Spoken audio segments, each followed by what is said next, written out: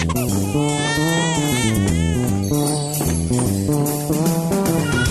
to the Parents at Work podcast, a podcast for the modern parent working in the modern world. Join us as we interview leading experts in their fields to unveil the secrets working parents need to succeed at work. Welcome to the Parents at Work podcast, which is hosted by the Spiegel Law Firm, where we represent people who've been fired or afraid they might be, and we have a specialization in representing women who have been fired because they are pregnant.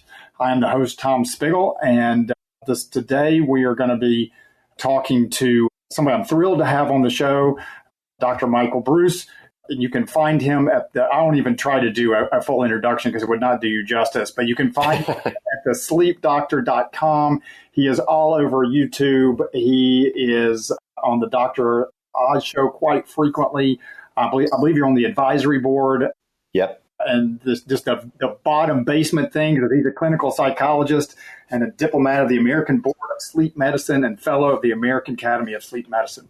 So, Dr. Breus, I will turn it over to you to give yourself any other introduction that you want, and we'll go from there. I'm just happy to be here, and I'm looking forward to questions and hopefully answering some questions for some parents out there. Yeah, that's great. That's great. And I would recommend that folks go to your website. It's a wealth of information, and we'll be putting that in the show notes. I noticed you even have a whole separate section about sleep issues and work. I do, which would be helpful. So one of the things that we want to talk about today, because our audience are folks who are, trying to excel at work, even though they've got young kids at home, is what do you say to folks who are, they've got a new baby at home? You can't do all the things that you should do to have a healthy sleep environment. They're going to wake up. You're going to have that sleep deprivation. What recommendation would you have for people to, in that short-term period, to try to minimize the effects that sleep deprivation has? I'm sure you have a magic pill that you can recommend, right? Isn't that why you're here? Wouldn't that be fantastic? If I had the sleep replacement pill, I think I would be the wealthiest man in the universe. Right, exactly. Unfortunately, it just doesn't seem to work that way. But the truth of the matter is, it's tough, right? And so it's tougher when it's a first child as opposed to, your second or your third, because the first one, there's just so much user error. You just don't know what you're doing and you think everything's a problem. And then by the second one, you start to kind of get it down and you're like, oh, this isn't so bad. I can figure this out, that kind of stuff. So first of all, it depends on if you're a new parent or have already been a parent. But what I oftentimes am talking to my parents about is sleeping in shifts. So sometimes sometimes in couples, one person has a proclivity for being a morning person. The other person has a proclivity for being a night person. And so you can kind of split the shift up that way, especially if you have a colicky baby or a baby that just isn't sleeping particularly well. That can be helpful, especially during the very early 2 to 3 months. It's really hard to sleep train a child earlier than about 3 months. It just gets very difficult. They haven't developed enough to really kind of understand a lot of what they need to be doing, although they are at those ages sleeping quite a bit, sometimes in excess of 18 hours a day. It still can be kind of difficult to sort of figure it all out. So for most parents, I like to do the shift methodology. Now, sometimes the shift could be Monday, Wednesday, Friday, and sometimes the shift could be I'll do the early shift, you do the late shift. Either one, when there's at least two parents involved, can actually be very helpful because while one person is covering, the other person is sleeping. Once you kind of get into probably the third or fourth month, that's when formal sleep training is probably advised. You want to get the baby out of your bed, number one, because they just kind of like it in there because it's comfy and cozy. And you might like it because if you're breastfeeding or if you're involved with the child in the middle of the night, it makes it easy. But if the child becomes too complacent and likes where they are, which generally they will because they're lying next to mom and mom smells really good, every time you move them, they're going to start crying. So being able to get them into a bassinet while sitting in the bed and then eventually move that bassinet away from the bed and then move it out of the room is usually going to be important. And my actual favorite sleep training book out there for new parents is a book called Baby Wise. This is the methodology that we use with our children, and it worked like a charm. It's an eat, sleep, play program, but it's very effective. Baby Wise. Okay, we'll put that in the show notes. What do you, for a for that first 3 months, when there's only so much that you can do to control their, to do sleep training and that sort of thing, are there any, I know, other than the magic, the elixir, caffeine and coffee, right? You're going to be sleep deprived and you've got something coming up at work. I mean, is there anything you can do in the short term? For example, and I know nothing about this, but I've heard about it, phasic sleeping right. What can you do just even short term, just as a Band-Aid, besides the caffeine, obviously, to keep it going? The key factor is to sleep when the baby sleeps, right? And so you don't need to do the dishes. You don't need to worry about cleaning the house. You don't need to be running errands. If you have a baby that doesn't sleep well at night and it's affecting your sleep as a parent, then the most critical thing that you can do is to get rest when the baby rests. That usually works out extremely well for most parents. Do parents do caffeine? Of course they do. You got to be careful, though, because over the course of time, caffeine becomes less and less effective, and you require more and more of it to actually be able to help you out. So I tell people all the time, you kind of need to be lean and mean with your caffeine, meaning, 6 ounces every 3 hours is going to do you a lot more good than a big gulp, of 25, 30 ounces once in the morning type of thing. Yeah. So maybe a little caffeine sprinkled throughout the day along with some naps. Now, I do have a technique that I teach parents and actually Fortune 100 CEOs all the time. I call it the Napa latte. So check this out. What you do is you go and you get a cup of drip coffee, which has got the highest caffeine content. Right. You put 3 or 4 ice cubes in it just to cool it down. You drink the entire thing as quick as you can, and then you close your eyes immediately and take a 25-minute nap. What ends up happening is you get enough stage 1, stage 2 sleep to slow down that sleepy feeling. The caffeine actually fits into those receptor sites quite nicely. You're good for 4 hours, guaranteed. Wow. And you about 6 ounces, is that what you recommend in terms? Yeah, about 6 ounces, but it's got to be drip coffee because that's got the highest caffeine content in it. And you don't want to add a lot of sugar or cream or anything like that. Just cool it down, drink it black if you can. Yeah, you don't want to do the Frappuccino. No, that's not going to do you any good. It's just a solid cup of coffee, pound it, close your eyes, wake up 20 minutes later, you will feel better. Okay, well, that's great to know. Is that sort of the ideal, like if you are, caffeine aside, if you are napping to try to fill in the gaps, is 20 minutes good? If you got longer, should you go longer? If you're napping, what's the ideal? So generally speaking, people got to be careful because if you sleep more than about 25 minutes, you have a tendency to get into REM sleep. And when you get into REM sleep, that can make it very difficult to wake up. Or if you get into stage 3, 4 sleep, that can make it very difficult to wake up. I'm sure there are listeners out there who would say, oh gosh, I took a nap and I felt worse, not better. Yeah. That's because you napped too long. 25 minutes is really a good cutoff, or 90 minutes. So 90 minutes is a full sleep cycle. And that can be advantageous as well. Okay. So maybe if you're, that the baby doesn't sleep well for whatever reason, you're not going to get a full night's sleep, even if you can get either in a couple of 20-minute or maybe a 90-minute nap, that's going to fill in those gaps. Okay. Absolutely. At what point does a human being start to experience performance problems, mental performance problems because of lack of sleep? Like how long can you go, like if if I'm a lawyer and I've got a trial that's lasting 3 days, what would that 6 hours? How much do I need to make it through those 3 days before I start misfiring because I'm not sleeping? Well, it's going to be different per individual, only from the standpoint of different people need different amounts of sleep. So 8 hours is really a myth. As an example, I've been a sleep specialist for my entire career. I never get more than 6.5 to 7 hours of sleep per night. And I've been that way my whole adult life. But my wife, she needs 8.5 hours. And so if she got 6.5, she would be sleep deprived. If I get 6.5, I'm right on the money. So it's going to be variable for person to person. But generally speaking, let's say we use, just to make the math simple, 7 hours as your, amount of sleep that you need. Well, if you get probably 20% less than that for any significant period of time, 2 or 3 days, you're going to start to see performance decrements. And it happens. It's interesting. It starts to happen. It depends upon the type of sleep that you miss.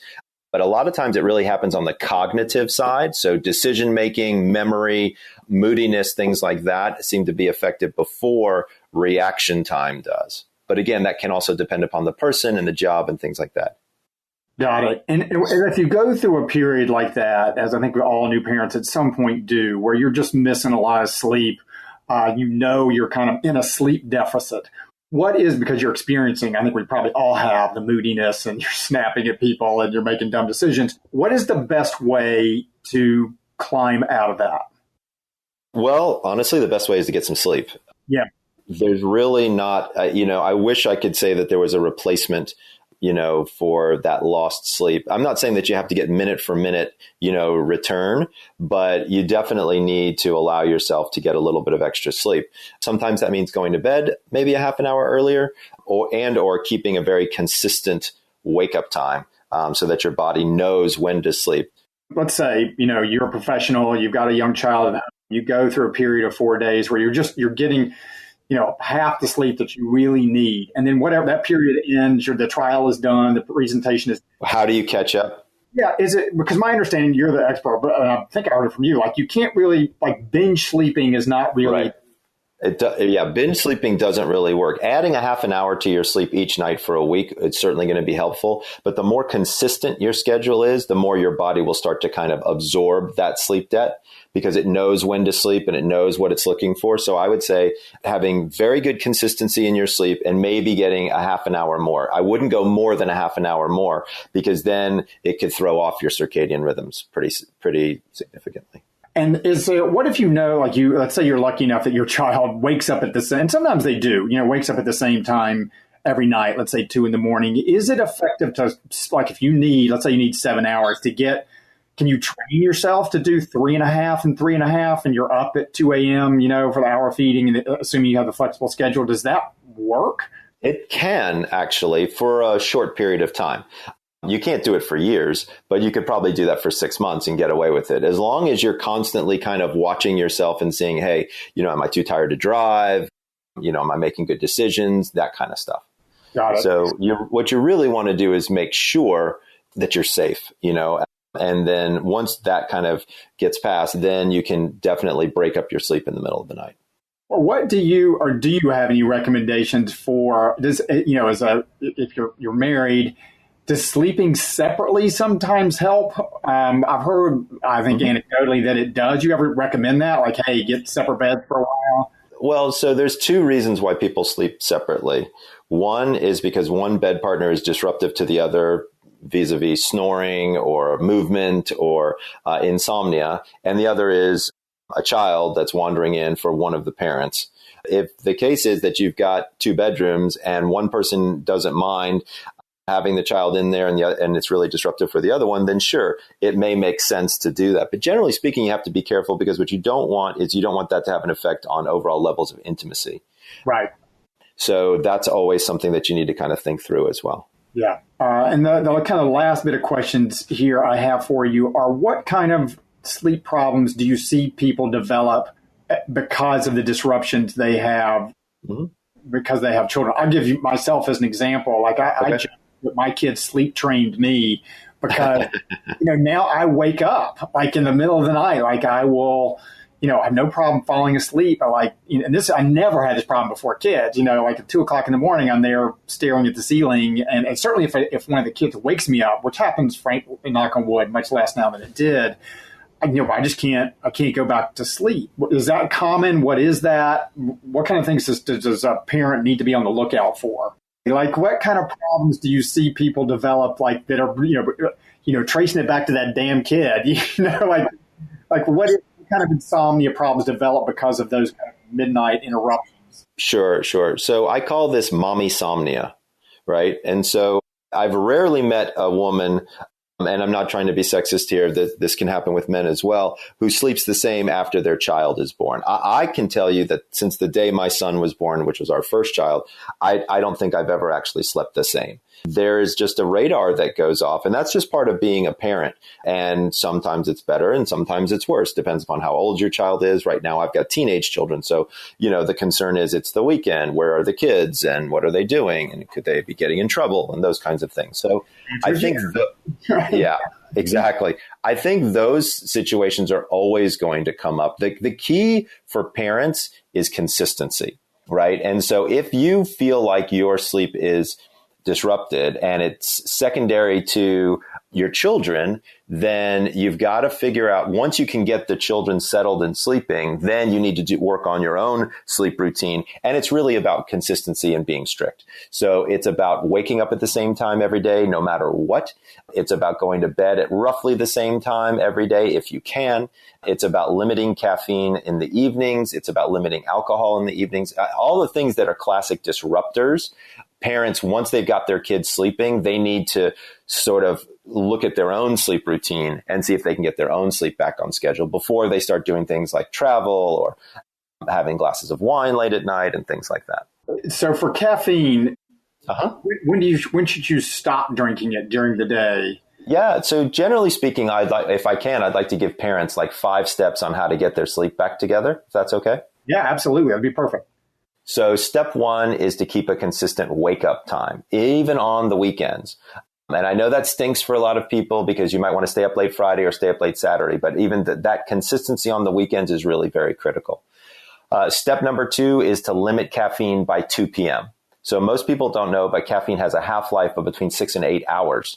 And so by stopping caffeine around 2, at least half of it is out of your system by 10, which is kind of the average time that most people are going to sleep. Step number 3 has to do with alcohol. And I ask people to stop drinking alcohol approximately 3 hours before bed. The reason I choose 3 hours is most people have 2 or 3 drinks. It takes the average human body approximately 1 hour per alcoholic beverage to digest those alcoholic beverages. So in those instances, I'm oftentimes telling people, hey, if you can just stop about 3 hours before lights out, that'll give you enough time to get to sleep without alcohol being an influence. Remember, there's a really big difference between going to sleep and passing out, right? Yeah. And we don't want to be the passing out side. We want to be on the go to sleep side. Yeah. Another really key way to improve your overall sleep quality is exercise.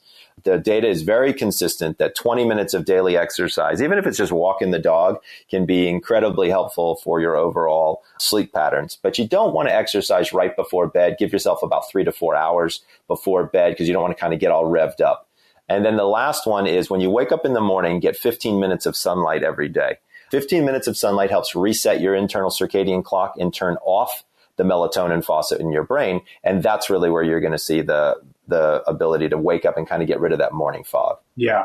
What do you think? And I think I heard you recommend one time, if I recall, but the blue light, like for those people, for those times, you've got to go straight from bed to the car, to the fluorescent lit office with no light. Do those work? And what do you recommend? So there's now lighting that's created for increased productivity. And what's called biological lighting. So there's a lot of different lighting solutions that are out there. For wake up, there's a company called Lighting Science Group, and they actually make specialty bulbs. So in my children's room, as an example, I have special bulbs that filter out the blue light so that if my son wants to read a book, he doesn't have a lamp by his bed that's keeping him awake. He's got a lamp by his bed that's providing light, but doesn't have that blue light spectrum. And then in his bathroom, I have lights that actually have increased blue light spectrum to help wake him up. So I'm kind of using light in 2 different rooms in 2 different ways to be able to help my son wake up in the mornings. Yeah, that's fascinating. Well, let me ask you one final question before we let you sign off. It's been very helpful. So this is my weakness, ice cream. That's my weakness too. Yeah. So what's the deal? Can I eat ice cream before, late at night, or do I need to cut that out? Well, here's the thing is eating carbohydrates immediately before bed actually has been shown to help with sleep, but you need to keep it to about 250 to 300 calories. Okay. So pick your ice cream wisely. I know there's some kind of new ones on the market these days. I personally like the Halo Top because it's a fairly low calorie, but still tasty frozen ice cream kind of treat. But I'm with you, brother. I'm pretty much convinced that ice cream is the perfect food. I think that's right. Especially about, 9:30 at night, the kids are down, right? Exactly. All right. Well, this has been great. I really appreciate you coming on and talking to our parents. Anything I've missed or any other words in parting, or did we cover the bases here? I think we covered a lot of the bases, but parents just need to remember it's okay to sleep in shifts. You don't have to worry about other things that are going on, especially with a newborn. You really just want to be able to concentrate on the baby. Number one. Number two, if you can help it, try not to put the baby in the bed, because once you start that issue, it can become a problem for quite a period of time. For people with older children, like past 3 months, Baby-Wise, again, is probably the best system out there that I've found. However, if parents find that they have children with a sleep problem, there is a book called Solve Your Child's Sleep Problems by Dr. Richard Ferber. It's been out for 15 years, and it's one of the best books I've ever seen. And so the two books that I tell all parents they need to grab is Baby-Wise and Solve Your Child's Sleep Problems. Between those two, you should be well armed to be able to handle anything that comes down the pipe. That's great. Then I actually lied. I have one question that reminded me of. And let's say for either one, either your children or for the parent, at what point do they need to seek professional help if they're having sleep problems from somebody like you? And if they do, where do they go to find that?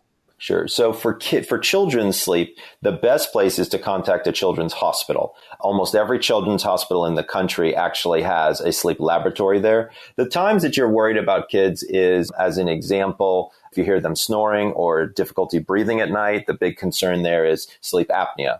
Something like narcolepsy doesn't really show up until kids are 13, 14, 15. So it's not something I worry about with small children. The biggest one is getting children to go to bed and stay in their bed. And that's what the Solve Your Child's Sleep Problems does pretty well. There are parents, though, that have kids that have something called night terrors, where the child will sit up in the middle of the night and just scream their head off and then fall back asleep. Freaks everybody out, but the kid has no idea what's going on. That's something, unfortunately, that you just have to ride out. There is one treatment for that actually worked with my daughter who had night terrors. And that's where about 45 minutes after the child has gone to sleep, you wake them up, ask them 2 or 3 questions so that they have to actually kind of use their brain, and then put them back to sleep. We don't know why, but for some reason that seems to stop or at least control night terrors quite nicely. I'm actually glad you mentioned that. Our first daughter has, still much less now, but has night terrors. And we didn't know the first one. It was like, is she possessed? Like, what's going on? Until we read about it and realized it was an actual thing. And we find for whatever reason, for our daughter, if she's overheated, like if she wears like these footed pajamas, like I don't know what it is about the temperature, but if she insist on wearing those footed pajamas, we got to take one of the blankets off for her because for whatever reason, that seems to be the trigger for her. But I'm glad you brought that up, because any parent that's listening, just, put that on your radar screen. If your child does wake up in the middle of the night and seems like they're doing an Exorcist audition. Right. Because it is freaky. It is freaky. It's weird for sure. What about an adult? Like at what point does an adult need to seek professional help, and where does he or she do that? So the best thing to do is to go to an accredited sleep center. The way to find an accredited sleep center is there's a website, sleepcenterswithans.org. And you just punch in your zip code and it'll tell you about an accredited center near you. So that's how you find it. The way you know about it is if you snore or somebody has heard you stop breathing in your sleep, that would be a cause to speak with your physician. If you get what you think is the right amount of sleep for you, 6, 7, 8 hours, and you're still exhausted during the day, then I would say that's the time to talk with your doctor about it. What you're really looking for is quality sleep issues or quantity sleep issues. Insomnia is treated very different than apnea. So for people who are exhausted because they're not getting enough sleep, some doctors might consider pharmaceuticals. Some doctors might consider something called cognitive behavioral therapy, which does not require pharmaceutical intervention. Some people might want to use supplements. Whereas for sleep apnea, that's something that has to be tested either in the home or in a laboratory. And then there are different treatment modalities. There's something called the CPAP machine, which helps you breathe at night. There's something called an oral appliance, which is a mouth guard that can help you breathe a little bit better. And then, of course, there's surgery, but that's usually a last resort. Got it. Well, this has been fantastic. A wealth of resources, and I would recommend people go check out your website. I had website envy after I saw it. You have so much good stuff up there, so many good videos, and your own ebooks and your own books that you've written, and it really is fantastic. Well, thank you. I appreciate it. It's certainly a lot of fun. We enjoy it.